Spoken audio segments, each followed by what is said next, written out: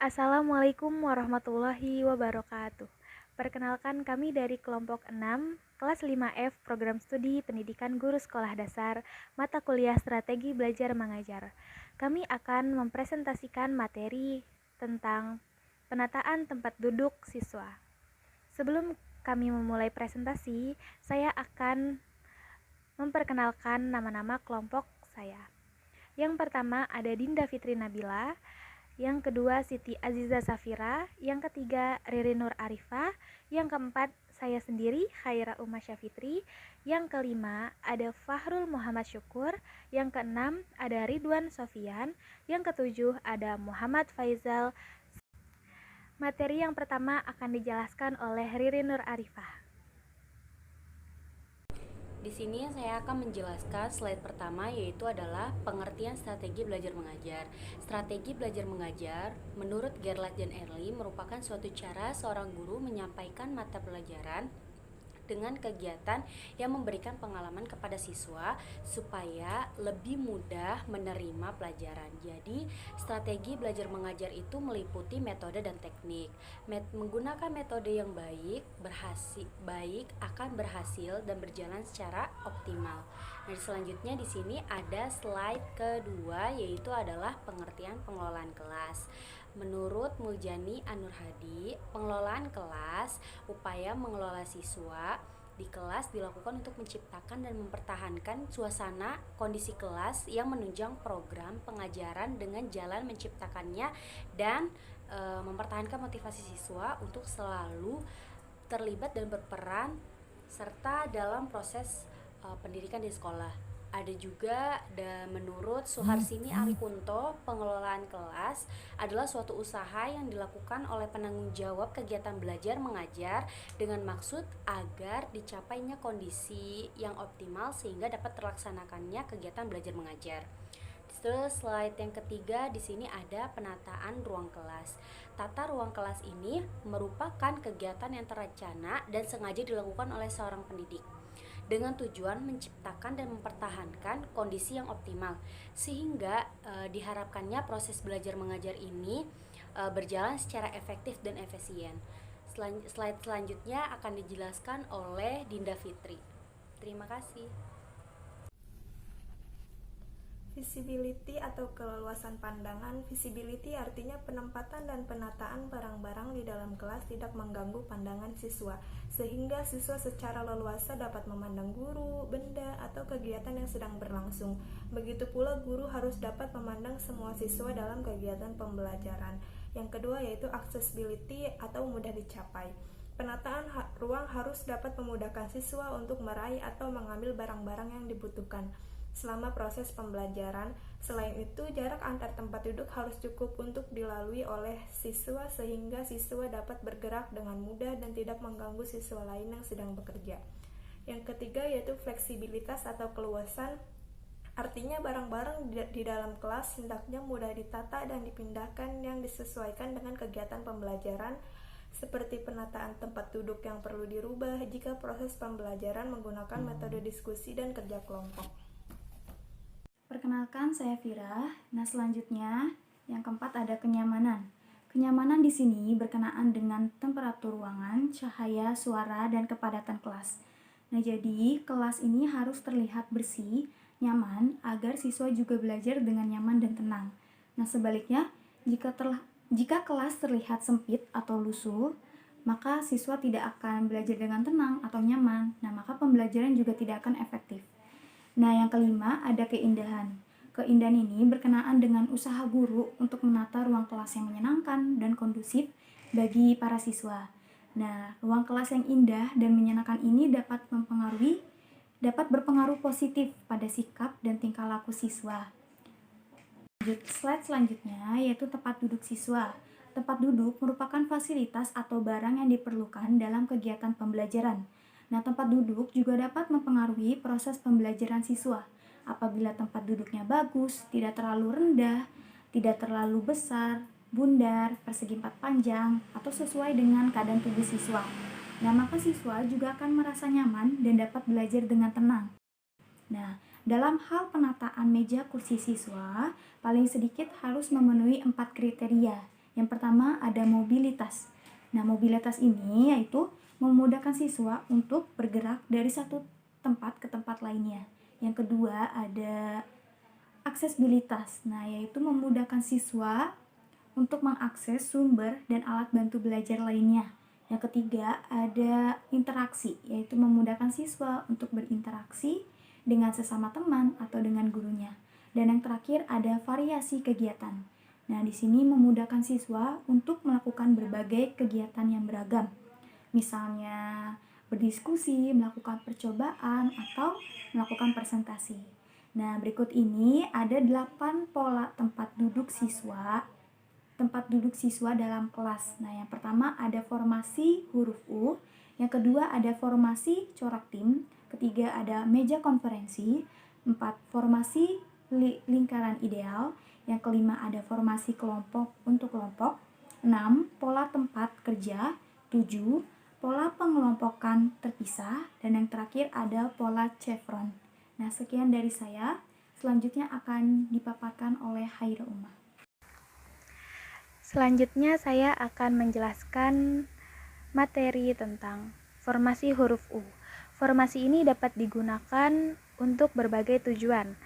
Para peserta didik dapat melihat guru atau melihat media visual dengan mudah karena mereka dapat saling berhadapan dengan peserta didik yang lainnya. Karena secara cepat, guru dapat masuk dan berjalan ke berbagai arah, sehingga materi yang diterangkan menjadi mudah untuk mereka pahami. Lalu selanjutnya yang kedua ada formasi corak tim. Formasi corak tim ini guru mengelompokkan meja-meja setengah lingkaran agar memungkinkan peserta didik untuk melakukan interaksi tim. Guru dapat meletakkan kursi-kursi mengelilingi meja untuk susunan yang paling akrab. Jika hal ini dilakukan, beberapa peserta didik harus memutar kursi mereka hingga melingkar menghadap ke depan ruang kelas agar mereka dapat melihat guru, papan tulis, ataupun layar. Lalu yang ketiga ada meja konferensi. Meja konferensi ini formasi yang paling baik jika dilakukan karena semuanya itu saling berhadapan. Tetapi, jika guru duduk di tengah-tengah sisi yang luas, peserta didik yang di ujung merasa tertutup seperti pada gambar di samping. Oke, saya akan melanjutkan presentasi dari Kaira. Ini yang keempat, formasi lingkaran ideal. Nah, di sini tuh formasi lingkaran ideal itu para peserta didik duduk pada sebuah lingkaran tanpa meja atau kursi. Jadi muter gitu untuk melakukan interaksi berhadap-hadapan secara langsung. Formasi lingkaran ideal ini untuk diskusi atau kayak semisal kerja kelompok gitu, kita bikin bunderan gitu. Dan jika guru menginginkan para peserta didik memiliki tempat untuk menulis, hendaknya digunakan susunan preferal, yakni meja ditempatkan di belakang peserta didik. Jadi guru dapat menyuruh peserta didik memutar kursi-kursinya melingkar ketika guru menginginkan diskusi kelompok. Dan yang kelima, di sini ada formasi kelompok untuk kelompok. Jadi di sini tuh susunan formasi kelompok untuk kelompok memungkinkan guru untuk melakukan diskusi atau untuk menyusun permainan peran, kayak berdebat atau observasi dari kreativitas kelompok. Jadi kayak mengembangkan siswa-siswa gimana gitu untuk lebih berkreativitas, lebih ada keinginan untuk bertanya ataupun apa gitu. Oke, terima kasih. Terus selanjutnya pola tempat kerja. Pola tempat kerja, susunan ini di tempat untuk lingkungan tipe laboratorium di mana setiap peserta didik harus pada tempatnya untuk mengerjakan tugas. Jadi setiap peserta didik harus mengerjakan di tempat meja masing-masing, di kelompok dia masing-masing. Jadi tidak boleh dia nggak boleh pindah ke tempat duduk teman yang lainnya di kelompok 1 atau kelompok 2, tidak boleh, karena sudah ditentuin oleh guru atau wali kelasnya. Saya di sini akan menjelaskan materi tentang pola pengelolaan terpisah dan pola chevron huruf F. Yang pertama, pola pengelolaan terpisah. Jika ruangan kelas lumayan besar, guru bisa meletakkan meja atau mengatur meja, di mana kelompok kecil dapat melakukan aktivitas belajar yang dipecah menjadi beberapa tim. Guru dapat menempatkan susunan pecahan kelompok tersebut berjauhan sehingga tidak saling mengganggu. Tetapi hendaknya dihindari penempatan ruangan kelompok-kelompok kecil yang terlalu jauh dari ruang kelas supaya guru dapat dengan mudah mengawasi siswa. Di samping ada kelompok kecil yang letaknya agak saling menjauhan, harus ada kelompok siswa yang tetap berada dalam bimbingan guru yang berada dalam formasi huruf U. Hal ini disesuaikan dengan tema pembelajaran yang cocok dengan formasi ini. Tujuannya adalah berusaha untuk memberikan upaya pendalaman pada sebagian siswa dalam bentuk kelompok-kelompok kecil. Sedangkan yang masih membutuhkan bimbingan guru tetap berada dalam pengawasan guru. Pola chevron atau huruf F. Sebuah susunan ruang kelas tradisional tidak memungkinkan untuk melakukan belajar aktif. Jika terdapat banyak peserta didik dan hanya tersedia beberapa meja, barangkali guru perlu menyusun peserta didik dalam ruang kelas seperti huruf F. Susunan F mengurangi jarak antar peserta didik, pandangan lebih baik, dan lebih memungkinkan untuk melihat peserta didik lain daripada harus lurus. Dalam susunan ini, tempat paling bagus ada pada pusat tanpa jalan tengah. Dalam memilih desain penataan tempat duduk perlu memperhatikan jumlah siswa dalam satu kelas yang akan disesuaikan pola dengan metode yang akan digunakan.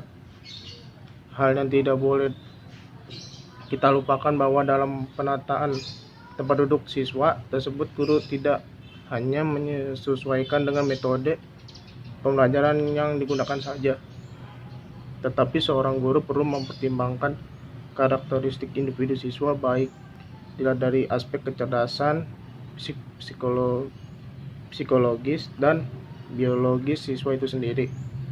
Hal ini penting karena guru perlu menyusun atau menata tempat duduk yang dapat memberikan suasana yang nyaman bagi para siswa.